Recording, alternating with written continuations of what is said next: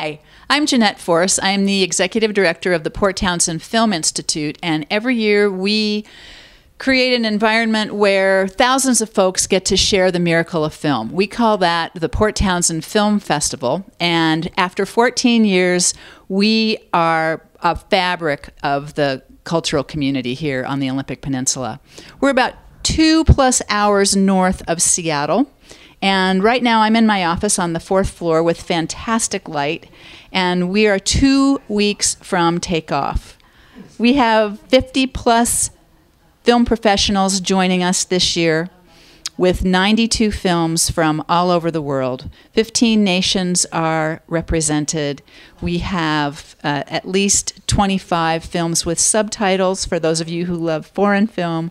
We have documentaries, features, a wonderful assortment of short films. We have 6 short film programs this year.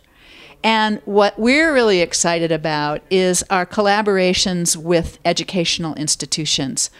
We'll have our study guide available online for school districts throughout the region, but we will have filmmakers in the schools at 3 different public schools and 1 private high school.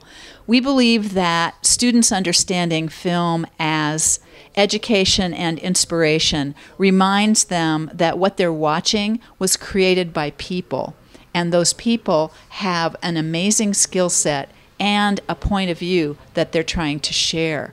So as we educate students and community members about the power of film, we can put those tools in more hands, as well as introduce them to ideas from all over the globe, some of which they've never considered, and some of which they might want to turn away from.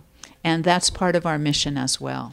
So some of the guests that we're very excited about, we always have one special guest from the industry, and this year's star is Karen Allen, although she insists we should not call her a movie star. She started her career in Animal House and went on to film those blockbusters that you might remember called Indiana Jones, and she worked with Harrison Ford on both of those films and went on to do a number of other projects. When we talked to her about what film she wanted to focus on for our Saturday evening special evening with our star, she selected The Glass Menagerie. It's a beautiful piece that she was directed. The film stars Karen Allen, John Malkovich, and Joanne Woodward. It was directed by Paul Newman, and at that point, Paul was not new to directing, but this was one of the early projects that he did with his wife, Joanne Woodward. All of them recall this project as one of the highlights of their collaboration. And seeing a young John Malkovich and a very young Karen Allen in a film that captures a stage play that Tennessee Williams has been famous for decades, introduces it to a whole new audience. That film has been very difficult to capture, and most of our audiences will never have seen this piece before. Following the film, Karen will have an interview with Robert Horton, our KUOW and Everett Herald film reviewer. He's a real film scholar. Thanks to a grant from the Port Townsend Education Foundation, Robert also works with Port Townsend High School for 3 days prior to the festival to get the students ready to be informed viewers and perhaps give them some good questions for the filmmakers that are attending the festival as well. Some of our other guests include a fellow named Harry Ostreicher, who will be here with a film called Disobedience. Harry is kind enough to be attending schools in Chimacum and in Port Townsend to talk with students about the role that international diplomats played leading up to World War II and the very challenging choices that they had to make as governments became aligned with various philosophies about the control of immigration as people were wildly trying to escape Europe. I won't tell you too much about the storyline, but I will tell you that the film was created by a Moroccan filmmaker for French television because he believes that the story of the diplomatic corps in Europe during World War II is as important now as it was then. And as we face strife and very challenging choices all over the world, we need to look back at history and see how history addressed those challenging choices and who had the courage to swim against the tide. So this film is incredibly insightful, and I'm really honored that we will have a representative from the film with us.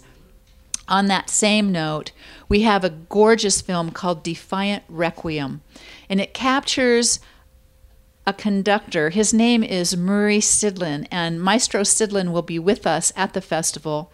He heard the story of some of the folk who were, I would have to say, they were imprisoned in prison camps during World War II, and eventually many of them were exterminated.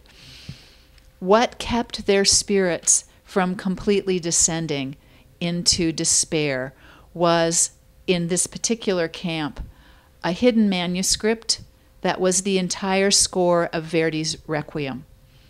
The camp memorized the score and started singing. Their music managed to keep folk who had lost all hope alive. And as they lost members of the chorus, new people had to learn those parts. In the film, we see two different journeys.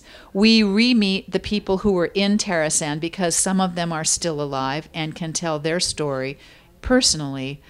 But we also watch Maestro Sidlin on his quest to recreate Verdi's Requiem with an entire symphony and a chorale at the camp, and watching what happens as more and more musicians and performers become passionately involved in this process is really stunning. It's such an honor to be able to welcome him to our festival as well. Here in the Pacific Northwest, we have legendary mountaineers, and one of them will be a guest for us. His name is Lou Whitaker. Lou and his brother Jim have both been stars in the mountaineering field for many years. Lou has worked on Mount Rainier with his sons. They've created a climbing school that has trained most of the famous mountaineers from throughout the world. He has a legacy that many people are unaware of, and we are really pleased to be presenting a documentary created by Laszlo Pal entitled Lou Whitaker, A Life in the Mountains. So we'll be hosting Lou and Laszlo. Following that film, Lou and Laszlo will be interviewed by our local poet laureate, Tim McNulty. That will happen at the Rose Theater on Friday evening. Maestro Murray Sidlin will be interviewed by our own Rocky Friedman at one of our new venues, the Broughton Theater. That will be at Key City Playhouse down on the Monroe Street and Water Street intersection. Another new theater for us this year is the Starlight Room. We're calling that the Silverwater Theater because it's on the third floor of the Silverwater restaurant. It's a beautiful little venue with 45 seats, and we are premiering that theater, which will be open following the festival as the Starlight Room, offering food and cocktails and movies.